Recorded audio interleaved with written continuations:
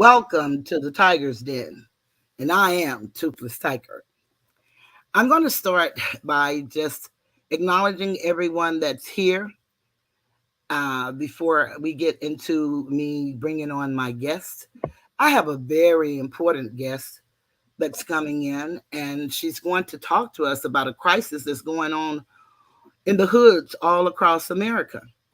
We thought it very important that we speak on this issue. Give me a moment. Okay, we thought it very important that we speak on this issue because it's affecting our people exponentially.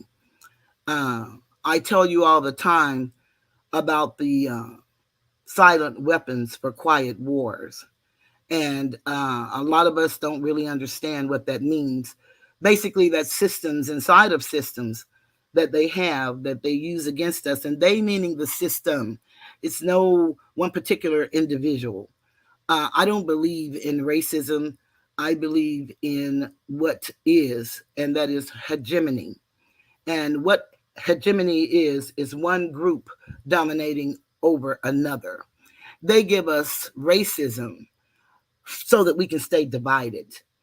And then what they do is have us bickering back and forth, toward one another as a few rule over all of the people, kind of like the puppet master, if you will. Well, this is something that's happening to us, and it may not happen to you. Maybe it's a loved one. Maybe it's a friend. Maybe you've heard of someone and you might want to share this with someone. I would ask you to like and to share. Please participate if you like um, in this chatter.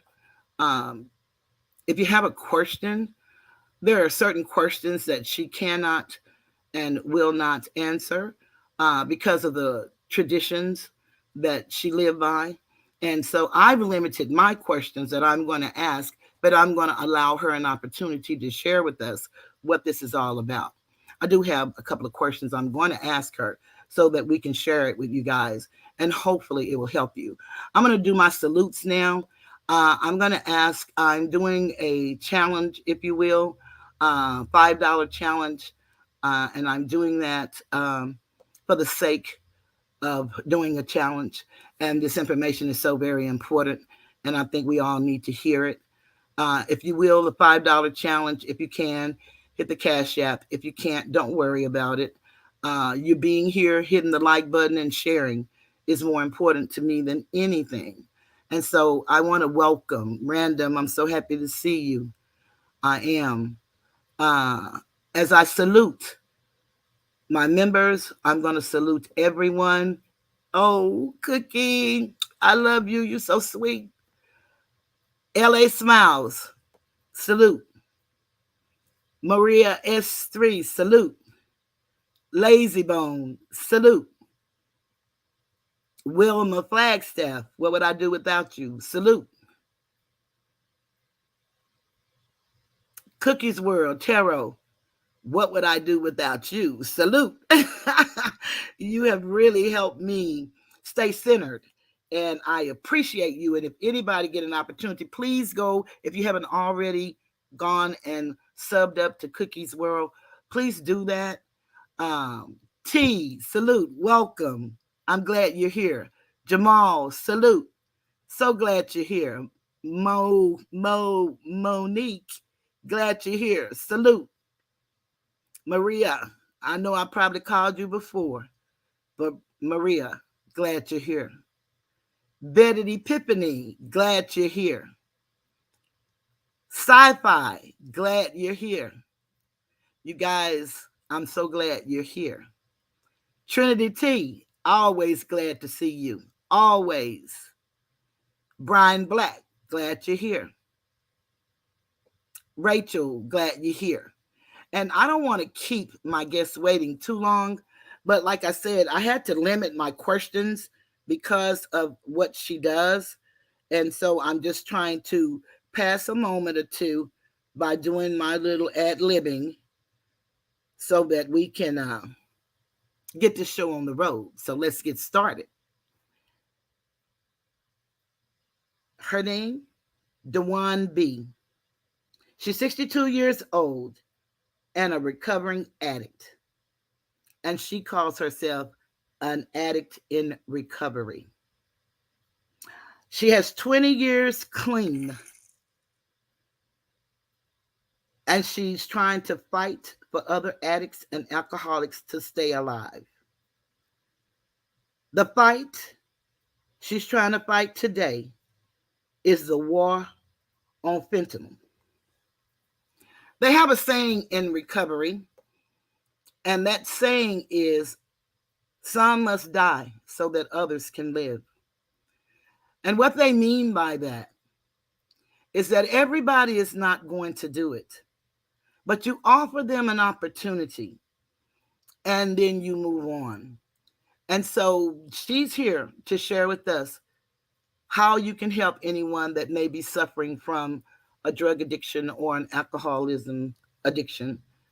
And I say any kind of addiction, but the principle was founded on Alcoholics Anonymous. And it is an anonymous program, and they have traditions that they live by. So, with that being said, I want to say salute to Rachel, Carolyn, JMO, Just My Opinion, Ernest, Yam Sam Man. Salute, salute, salute. With no further ado, I'm going to bring, and she's not going to show her face, but you see it on the thumbnail. She's going to remain anonymous on the interview. Dewan B. Welcome, Dewan B.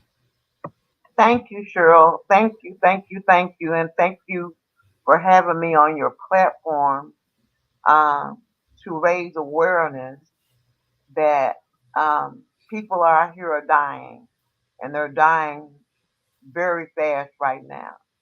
Um, I am going to share my experience with you. Um, I always share my experience, strength, and hope of helping someone to live. Um, as Beautiful. yes, as you had asked me to talk about is some of my experience and how did I get started on addiction? How did I get started? I will tell you up front, my drug of choice was crack cocaine slash alcohol. Mm. Uh, yes, Can I stop you there? yes, ma'am. Okay, you said crack cocaine slash alcohol. Yes, Okay. Uh, Mods, help me out because I want the people that come in to understand. I won't be doing the salutes. High prime time, Queen Nut. I'm sorry, Queen Tut. I won't be doing the salute, so help me out so they'll understand why I'm not acknowledging them and recognizing them throughout the interview because this is very important and we want to kind of keep it on the subject. And I will be acknowledging everyone that hits the Cash App a little bit later. So I don't want you to feel that I'm ungrateful because I'm not. I thank you guys for participating in the challenge. And I'm going to be asking you now, Dewan. I'm going to start the interview. So I have a couple of questions, and then yes, you will give us your, story. So the first thing I want to ask you is, what is fentanyl? fentanyl is an opioid. It is used to treat excessive pain. Um, that's what it's typically used for. Okay. Uh, okay. I was going to ask you, what is it typically used for? hmm And you just answered that. So excessive pain, do you mean like something like people that have maybe cancer in the last stages or something, or people that have severe back injuries or things like that? Do you know if that's what it's typically used for? That is exactly what it's used for, Cheryl. Um, at one time, they would give people morphine. They would give them other drugs to for pain. But Mm-hmm. fentanyl is 50 to 100% stronger than those drugs. Okay. And what I've done for everybody, if you would look inside of the description, I give you a little bit about what fentanyl is, and I give you some information that you can actually use to, if you know someone, if you need some help. But it kind of explains what fentanyl is, and I took it upon myself to do a little research on it because I knew that my questions for the one would be limited. And so we want to fulfill our obligation of this hour. And I want to just tell you, it's Epic Researchers did this. It said only 5% of overdose patients tested for fentanyl, the number one killer of Americans 18 to 45. It says deaths involving illicitly manufactured fentanyl are on the rise. Rates of overdose deaths involving synthetic opioids. And I want you to tell us what an opioid is when I finish with this. Okay. Opioids that then uh, than methadone, which includes fentanyl and fentanyl analogs, increased over 56% from 2019 to 2020. The number of overdose deaths involving synthetic opioids in 2020 was more than 18 times the number in 2013. More than 56,000 people died from overdoses involving synthetic opiates in 2020. The latest provisional drug overdose death counts through June 21 suggest an acceleration of overdose deaths during the COVID-19 pandemic. And then I also give you a number if you need help, if you know someone that needs help at 877-444-1205. And then I also provide for you to how to find 12-step programs and a phone number that you can call if you need help, if you know someone that needs help, 877-444-1205. So now back to you, Dewan. I want to ask you, um, what is an opiate? Opioid. If you don't know anything about medications, we don't know what that is, more or less. And after you tell us what that is, then if you would share with us how you became a recovery advocate, and you can share with us whatever that you are comfortable with sharing. Okay, sure. What I want to say about opioids, I want to say things like hydrocodone, Hmm. oxycontin. Those are things that are used to take away pain. Okay. Okay. Your next question to that was, Okay, no, then you can get ready to tell your story. But before you do, mhm, I have shared with people on countless occasions here about, my experience. I wasn't an alcoholic or a drug addict, but everybody I loved seemed to have had that problem. And I used to go to Al Anon, and I just wasn't getting any help in that room. A lot of the women that said that they were there because of someone that used seemed to be the people actually they were using just like the people they said that had the problem. right, And I'm like, damn, don't y'all think y'all in the wrong room? Well, they kind of made me say I was in the wrong room because they had what they call, as you know, a group conscious on me. I was hurting, and I lived with an active addict, and my life had become unmanageable, and I was staying away from my family so that they didn't understand, or so they didn't know what was actually happening and going on with me. And one day I was just so frustrated, and I came out the room, and the lady that was in the group next door, which was an AA group, and she said, "Well, why don't you come over here with us?" I told her, "But I don't, drink, and I don't do drugs." And she said, "But the only requirement is a desire not to." And so, of course, I said, "Oh, okay." She said, "So when you stand up, just say, 'Hi, my name is Cheryl, and I have a desire not to drink.'" And I did that for 9 months. Um, every day of that 9 months.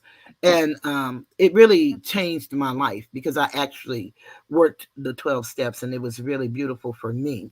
So, what I would like for you to share with us, basically your journey on how from however and whatever you want to share up until where we are right now. And I just want to say salute to everybody and thank you for being here. Go ahead, Dewan. Okay, Cheryl, you were right and you were correct. Usually somebody in your family down the line, there's a alcoholic or addict somewhere. And I laugh when I tell people, when I tell my story, everybody has a COC, a cousin on crack. But I went to Catholic schools all my life. I went to college, and I remember as a little kid being in my at my aunt's house, and she was talking about her neighbor up the street, and she kept saying that girl up the street, she on that shit, and I kept wondering as a kid, what is that shit she's talking about? And it scared me to death. And only thing I knew is that I didn't want to be on that shit. So, like I said, I will tell you, my mother and my father, neither were alcoholics or addicts. My dad swore that marijuana gave him a headache, and my mother, she just was a little square. She just wasn't, doing any of that stuff. But sure, being in Catholic school, being protected, we the worst ones most Mm, of the time. And everybody says the gateway drug is marijuana. No, the gateway drug for most of us was alcohol. I remember being in eighth grade. There were 10. Somebody bought a beer to school, and then there were 10 of us on a can of beer. So that started the gateway. Then once I got to high school, everybody was smoking weed. mm, And I said, I want to try it. And that was my problem. I always experimented. Um, I smoked weed, I think for probably 15 years, and said, this is so cool. I'm gonna smoke this with my kids, my great great grandkids, and it's not gonna make me do anything wrong. And you ain't gonna steal, you ain't gonna kill, you ain't gonna prostitute, you're not gonna do anything. You're gonna sit and you're gonna act silly, and you're gonna eat a bunch of food. Well, when I got out of high school, I went to college at U of H, mm-hmm. and of course we did a lot of drinking there. I used to wonder why people say uh, Earl, and I wanted to know what the hell was Earl. And I met Earl in college. I drank so much damn alcohol, and Earl was in the bathroom. Earl, and so I then found out who Earl was. My brother, one day, him and some friends were sitting around smoking this stuff. And I wonder, what in the world is that? And I found out he had purchased it from another one of my friends. It was a small little bag. It was full of white stuff, and he paid $300 for that bag. And when Mm, I told him, I said, I can call his name. It's a nickname. I said, Bubba, Daddy gonna kill you. How in the world did you pay $300 for that little bitty bag? Can you imagine what we could have bought with that? So I said, well, can I try it? And I tried it. I threw up so bad. And if I could have just stopped then, that was my warning sign to stop. But I did. mm, The next day, I tried it again. They told me not to swallow it. And y'all, I'm going to tell you, it was one of the best highs I ever had in my life. The only thing I knew is that I wanted some more. mm, I promised myself that I would never spend that type of money. But I will let you know, free dope is the worst dope you can have. That's Okay. the one that gets you started. So I moved to Atlanta and I was on my own and I met somebody who had some free dope. And that's how I got started there. I then started spending my money. Mm.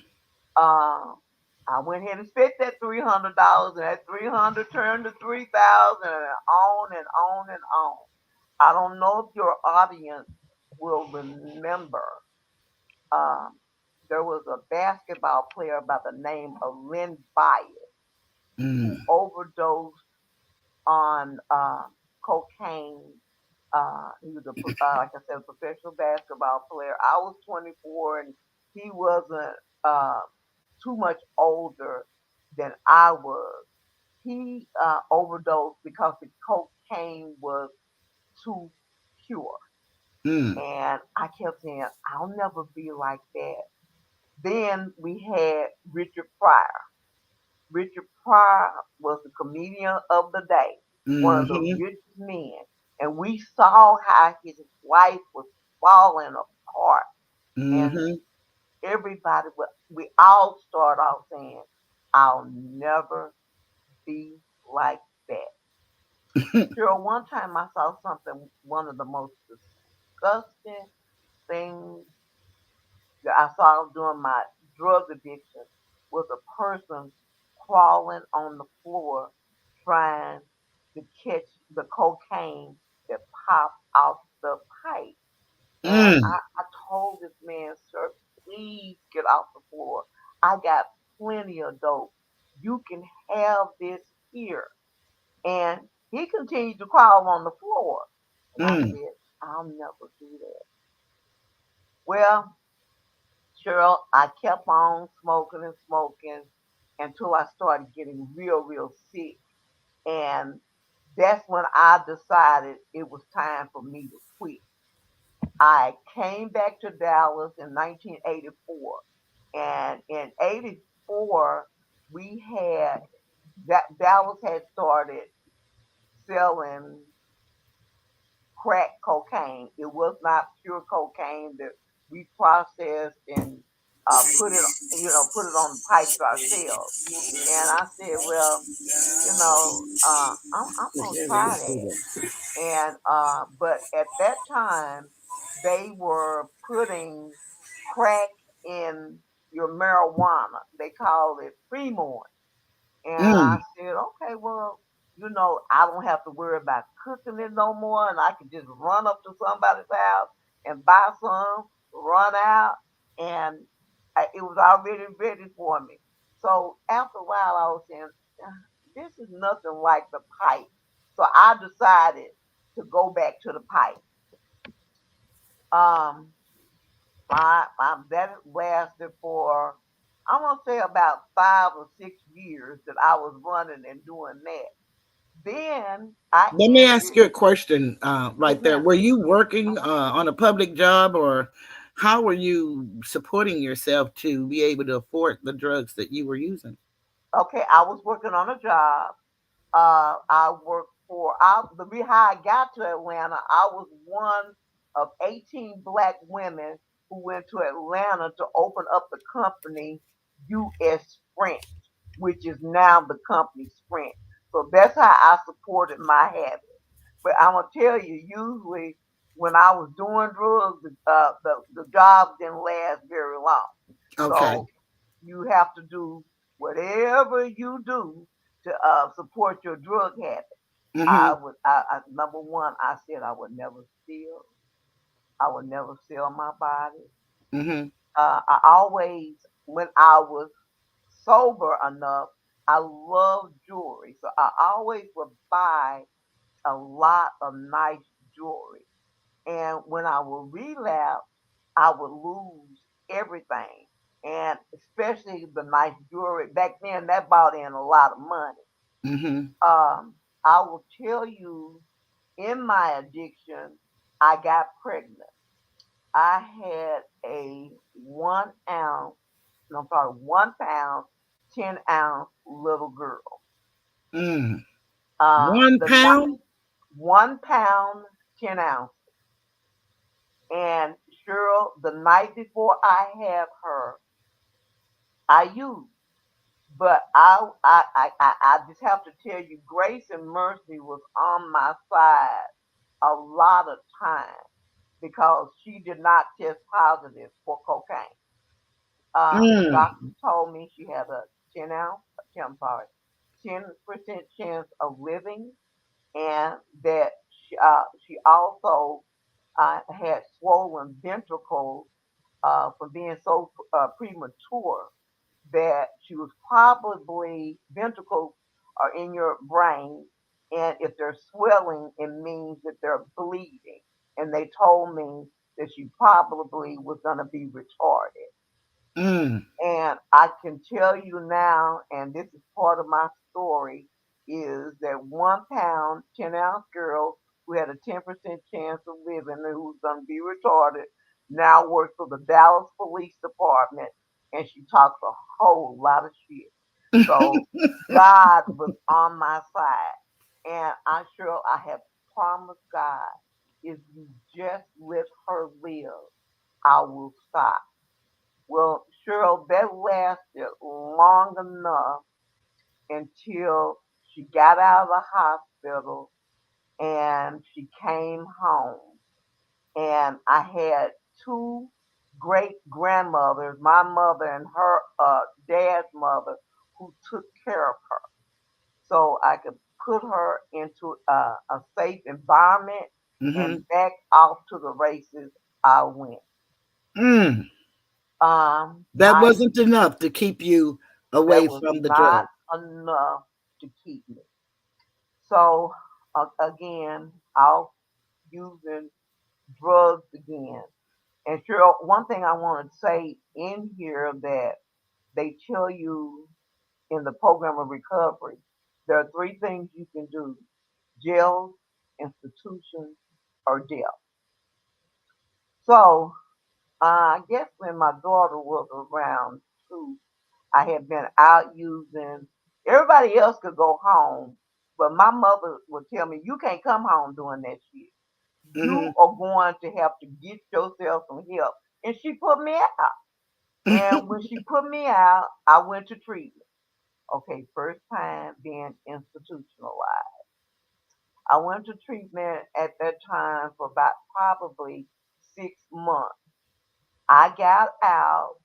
I stayed clean for 9 years.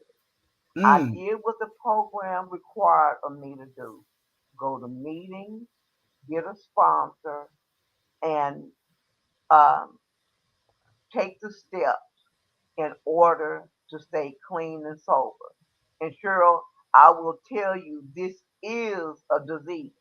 It is Okay. real, like cancer, it's like diabetes, it's like any other disease. It has to be treated. It is Mm-hmm. not curable, but it can be treated. But you Mm. have to continue to do those things. Well, after 9 years, I got grown. I stopped going to meetings. I stopped getting in contact with a sponsor. And then I started drinking. In the Mm. beginning, I was not a alcoholic. But one thing I will tell you, one drug leads to another drug. Mm-hmm. So once you become clean and sober, you can't do anything. No pills, no alcohol. And you would think, well, oh, I can go have me a wine cooler. I can tell you with my road testing and the kind of addict I am, if I smoke marijuana or take a drink, within 30 days, I'm going to be back in the crack house.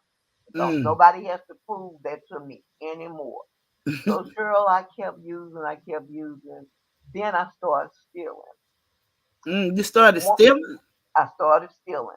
I wrote checks, and I thought I was Beyonce. I used to go sign my name on checks everywhere. I had a friend who could actually print the checks and print the ID. Our new IDs now, they got little stars and stuff all over it Mm-hmm. so that you Mm-hmm. can't duplicate it. But back Mm-hmm. then we could. This girl was so good. that she can actually print checks in the car. Mm. Somebody had told me not to go into the city of Arlington, Texas, and to uh, use any of those checks. But I learned in Dallas they were so easy to pop. I said, well, you know what? I'm burning up Dallas, so I'm gonna go up in Arlington, and that The very was place they told you not to go. the very place they told us not to go. That is a real insane people, and we Hmm. we try anything. So sure, I went over to Arlington, and I got caught immediately, and they asked me the name that was on the check. Girl, I didn't even know the name on the check. And I'm one of them people when I'm caught, I'm just gonna go ahead and tell you the truth. My name is Dwan Blank, and they said, well, where do you live? Hell, I didn't even know what the address was on the check. I gave my real address. That was the first Mm. time I got a felony. Uh, Mm. so I had I wanted to be sure you know all the legal terms. Uh, uh, I didn't want the revocation. I wanted to be cleared, and as long as you did everything right for 3 years, they would get rid of the not charges, but you could drop the felony. So you got So what they call a deferred adjudicated deferred adjudication, exactly. Well, probation. sure. Trying to stay on the straight and narrow, but not going to meetings, still drinking. Uh, of course, back to the dope house. I'm already, I can't. I know I can't write any more checks, so I started stealing designer glasses and all the stuff, Ferragamo, what is the uh, Gucci's or whatever. I had one main place that I was hidden, getting the glasses, and finally I got Hmm. caught there. Being that my charges were out of Tarrant County, you only get one chance there. The judge automatically gave me 9 months in the penitentiary. Mm. So here we are. We done did institution. Now we done hit the jail. Uh, so I did 9 months. I promised my daughter, my family, everybody, when I get out, I'm gonna walk the straight and narrow, blah blah blah, blah blah blah. And then that became bullshit too. It sounded Mm. good. And again, back to the dope house. Mm. Um, I stayed out there for about 30 days. A lady came to me and she said, baby, why are you doing what you're doing? This doesn't even fit you. And I cried and I said, you know what? She's right. I'm tired of living this way. I went back to treatment. Mm. This time I took it so serious because I'll tell people one thing that I don't ever want to do is go back to jail. I don't never want to see a silver toilet. I don't want no more free photo sessions. And I do not want. I am not gay. I love gay people, but I don't want to see people fucking. You told me I could be free and say what I wanted to say, so I Yes. gotta say that. And my brother said, use it as a form of entertainment. I said, ain't nothing entertaining about that. And sure, one thing that I left out, getting close to death. Yeah, I have used so much crack in one night. Matter of fact, when I relapsed the second time, I had $3,500 in my checking account. I spent all of it in 72 hours. Yeah, I had Mm. other people smoking with me. I have had $3,500. $3,500. I have had seizures before behind crack. And I always had people around me. So if something happened to me, somebody could give me some help. But you know what? Ain't nobody gonna get you no help. They're gonna roll your ass on out the way and take your money and go on about their business. But And like I say, real when those are the things that I was close to death. And also, I don't know if y'all remember on Popeye, it was Wimpy. He used to say, "I'll gladly pay you today for a hamburger, and I will pay you on Friday." And you know on Friday, you ain't got no goddamn money. And these little young dope dealers, they will try to kill your ass. In some cases, they will kill you. Yep. So, and I made those deals. And I have had them to tell me, "I'll to break your goddamn neck." But I did have a family member who helped me out to keep me from getting killed. Uh, Cheryl, The one. I'm coming to the end of my personal story.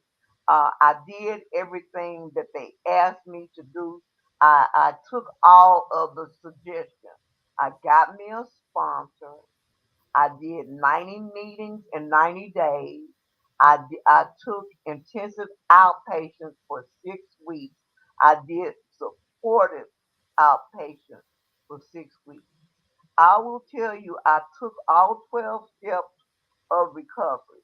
Y'all, there are reasons why people are getting high. It's usually something in their childhood that's gone wrong. Cheryl, and I don't mind telling people this because I want to let people know that when people are hurting and not telling anybody, I Mm-hmm. had not even in my addiction, but as a kid, I had been raped 3 different times, Mm. and by 3 different people. And I will tell you, 2 of them were family members. Mm. I could not tell my father under no circumstance because I didn't want my dad to go to jail. My Okay. father was one of those type of men, shoot first and don't ask questions no time. So, uh, and also, my father was also an abuser, mentally, Okay. physically, emotionally. And a lot of the reason I was getting high was behind all of that. I had an aunt who asked me one time, and she was so supportive of me being in treatment. Mm-hmm. And she said, "Baby, what made you get high?" And I told her about the rape. And my mom, and 3 other sisters were sitting there, and they were all crying. And I was like, "That's my rape. Why are y'all crying?" But I found out that my all of my aunts had been raped too. Mm. So yeah, So it's that kind of like a generation pathology. curse, generational curse.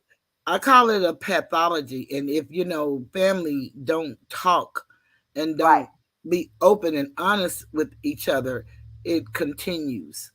Uh huh. The cycle continues because life, of course, is a cycle. And I know a lot of people call it generational curses, but a lot of things happen not because it's a curse, but it's because we refuse to be honest with one another.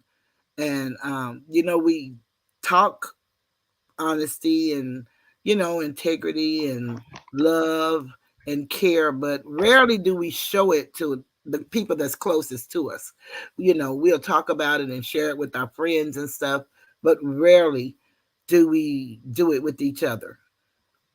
So that's good. It was comment I want to read, and it was from Jamil, and he said that it's a blessing you made it. Thank you. Okay, Thank so you so much. you can go on. We are at the 41-minute mark, and Yeah. when we get to the 5-minute mark, I'll let you know.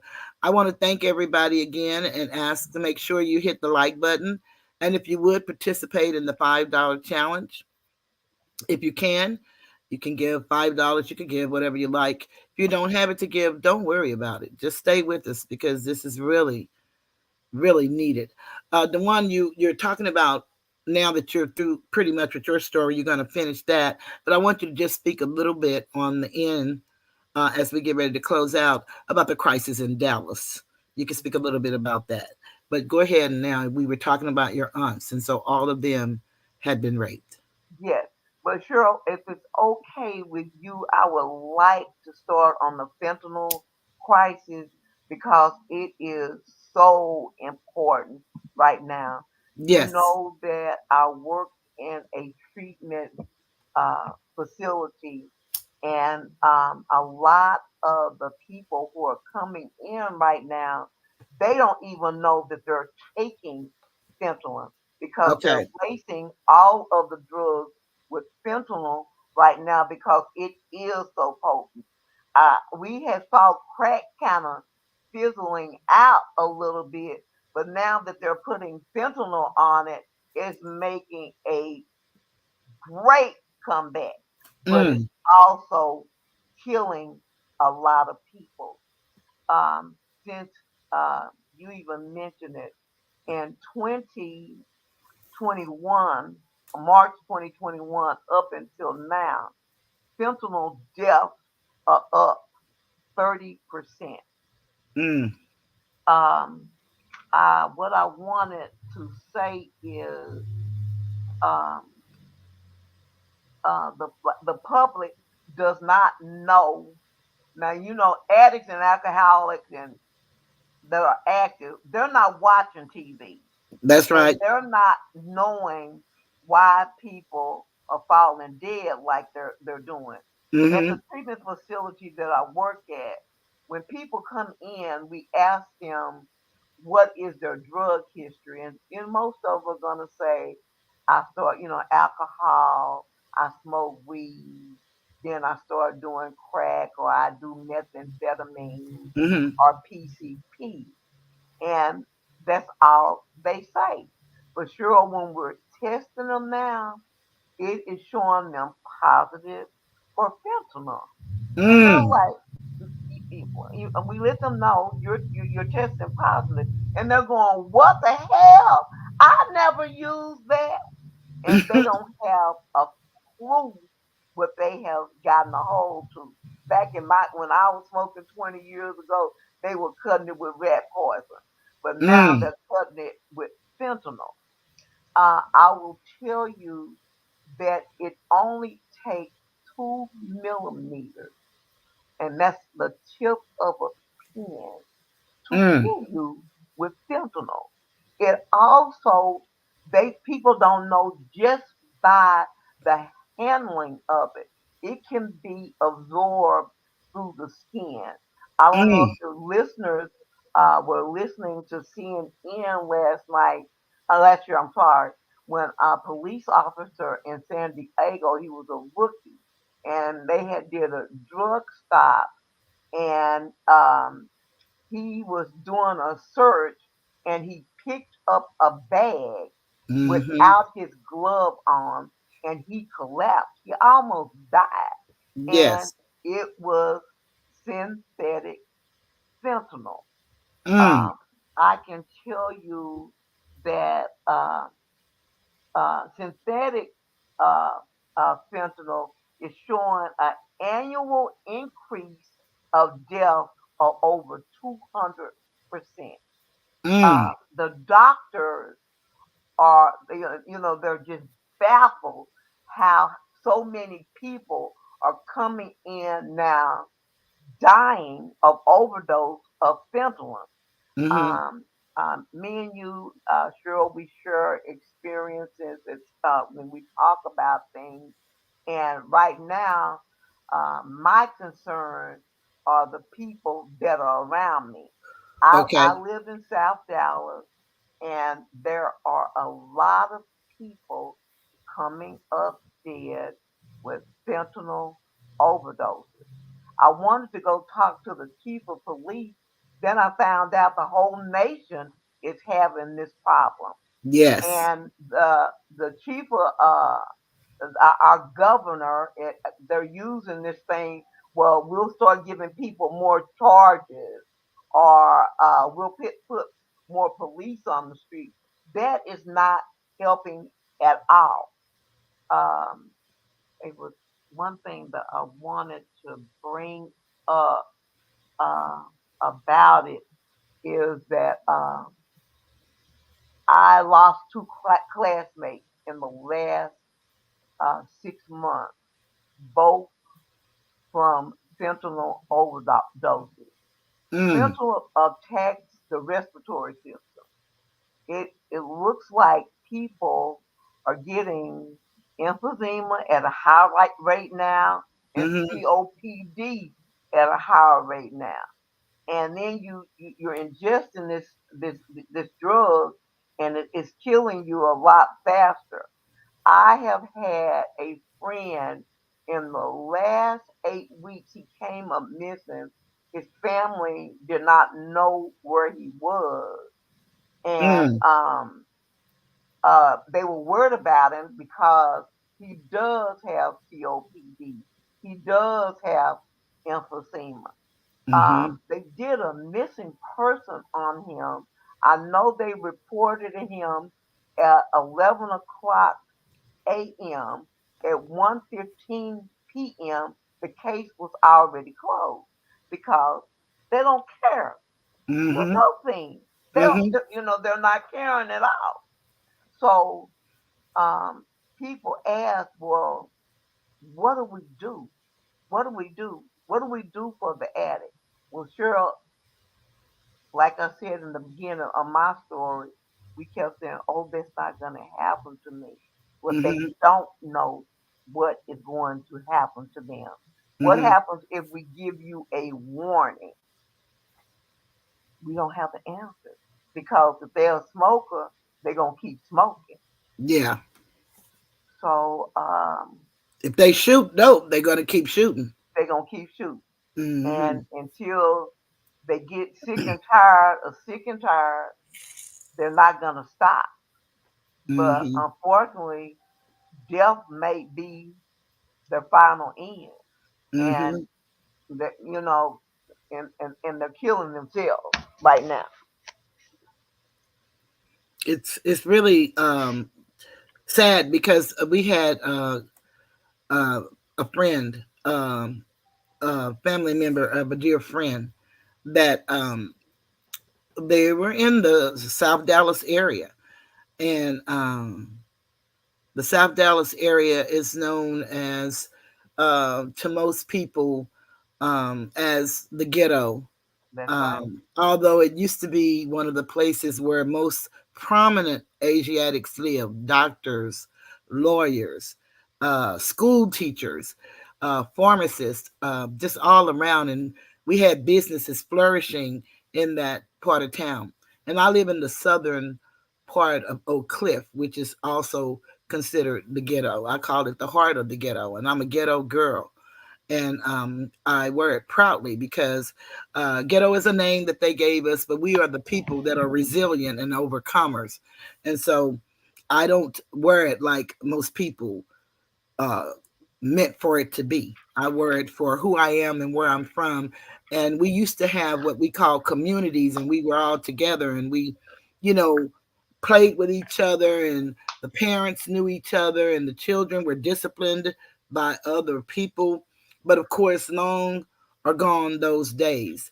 But we all know, somebody, and we didn't know that death was one we knew that the person, had an addiction problem, but it wasn't until the death certificate came that it was found that too that fentanyl was in that choice, and that was not a choice of the drug that the person used. So it's very serious.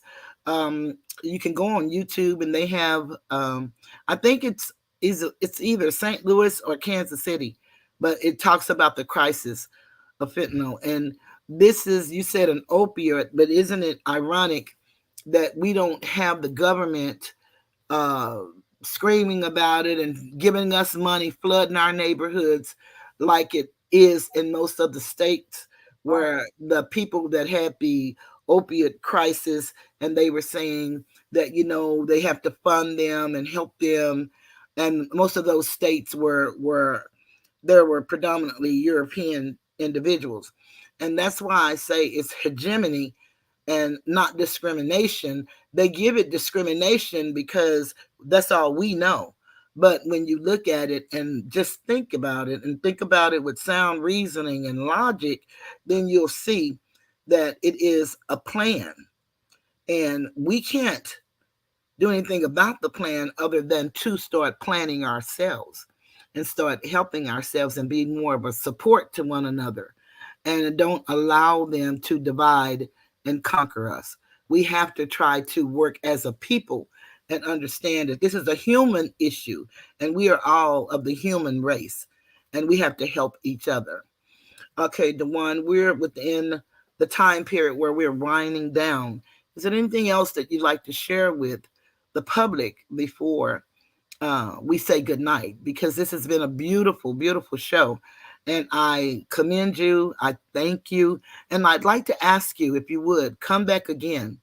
I'd like to do this often for you to come maybe once a month, if you would, for as often as you like, to kind of just help us as a people and, tell us a little more of what you can tell us about this thing called addiction and how we as family members who may not have the issue of the addict, but we know that addiction is a family disease. It does not just affect the addict, it affects us all. So if you would be willing to come back and visit with us, we would be more than happy to have you. And I'm going to give you a couple of minutes to wind up so that I can say goodbye to everybody. Okay. Cheryl, thank you so much, and I would love to come back. I would like to tell if the public, if you can, there is a kit that's called Norcan. You can, it's free. If you would be a first responder, if you went and picked up one of these kits, it can, if you, say for instance you see somebody going out and you wanted to revive them, you could possibly use this Narcan kit. They're talking about fentanyl testing strips that will be available. I have a number, Cheryl. It is the Substance Abuse and Mental Health Services Hotline, Mm-hmm. and they can get you uh, in your area all over the United States where you can, and also seek help for an addict or alcoholic, getting you to meetings and treatment centers. Yeah, Mm-hmm. the number is, if y'all would like to take it down, it's 1-800-662-4357.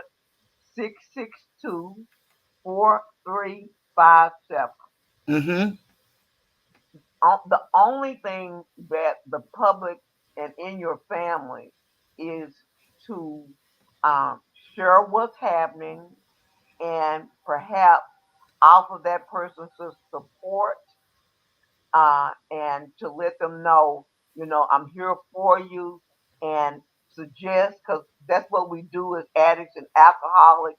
We take suggestions. Okay. If there's, um, I can share if you want me to share my number. I have no problem in sharing my number. You just tell me what you would like me to do. If you don't mind sharing it, I don't mind because you never know who may need to make a phone call, and it doesn't matter nowadays with cell phones. No matter where you are, in the states, there's going to be a place somewhere that you can go. So if you would like to share that, would you share your number and say it twice and then share the other number that you just gave us again so that we can make sure that everybody that wants to can can Okay, my name is spelled DWAWNB, and my number is area code 214-215-0896. Again, 214-215-0896. The other number I'm going to share with you again is the Substance Abuse and Mental Health Hotline, and it is area code 800-662-4357, and that 4357 is help. And I am Fantastic. available any time of the day or night. When people ask me to be sponsored, and when they ask for sponsorship, I always allow people to call me at any time. I'll get up and I'll do what I have to do to save a life. And on that note, Dewan, we want to thank you so very much for joining us. It couldn't have come at a better time, especially with the crisis going on right now. And again, I'll get with you. Don't leave. I'm just going to take you off the camera and I'll get with you in just a few minutes Okay. so we can schedule your next interview. And I'm going to just speak to the people right now. So give me a moment. Everybody, I'd like to thank you again for being here. And I just want to do a few shout outs that I missed. Um, Heartbreak 22, salute. Akashug, salute. Boss Cap 1, salute. And I agree, Boss Cap. Very much so. Uh,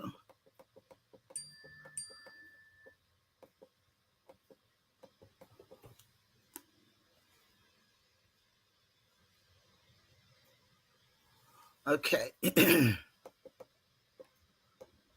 Let me see. I want to make sure that Lala Paranormal, salute. Nafai, salute. Carolyn, salute. 420 Team Loud, salute. Bumper with hands, salute.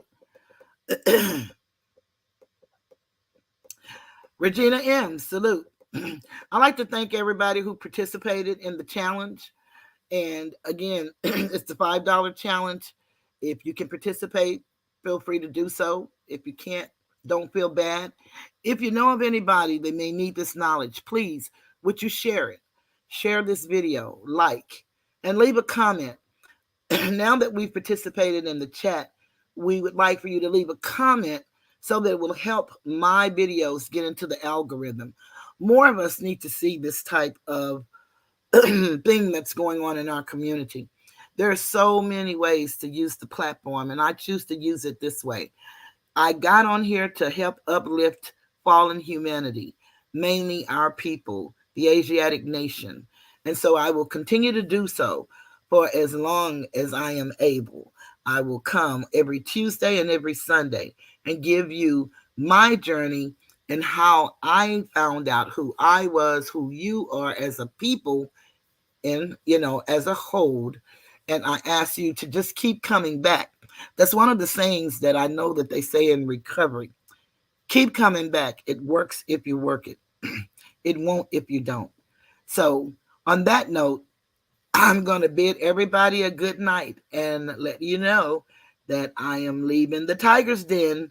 Thank you so very much for being here. But I think I got one last thing to do before I leave. I'm so sorry. Please forgive me. Let me put some respect on the donations.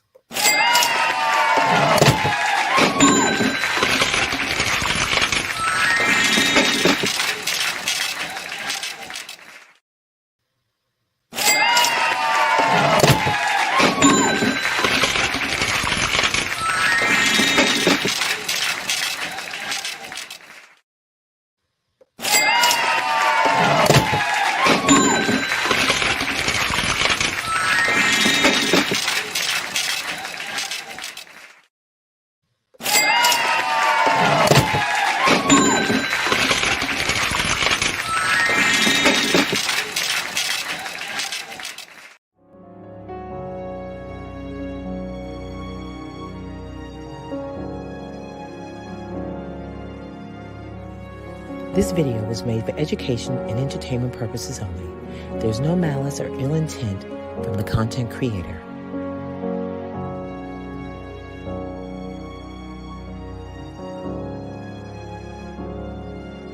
So please like, share, and subscribe, and have a great evening. Good night.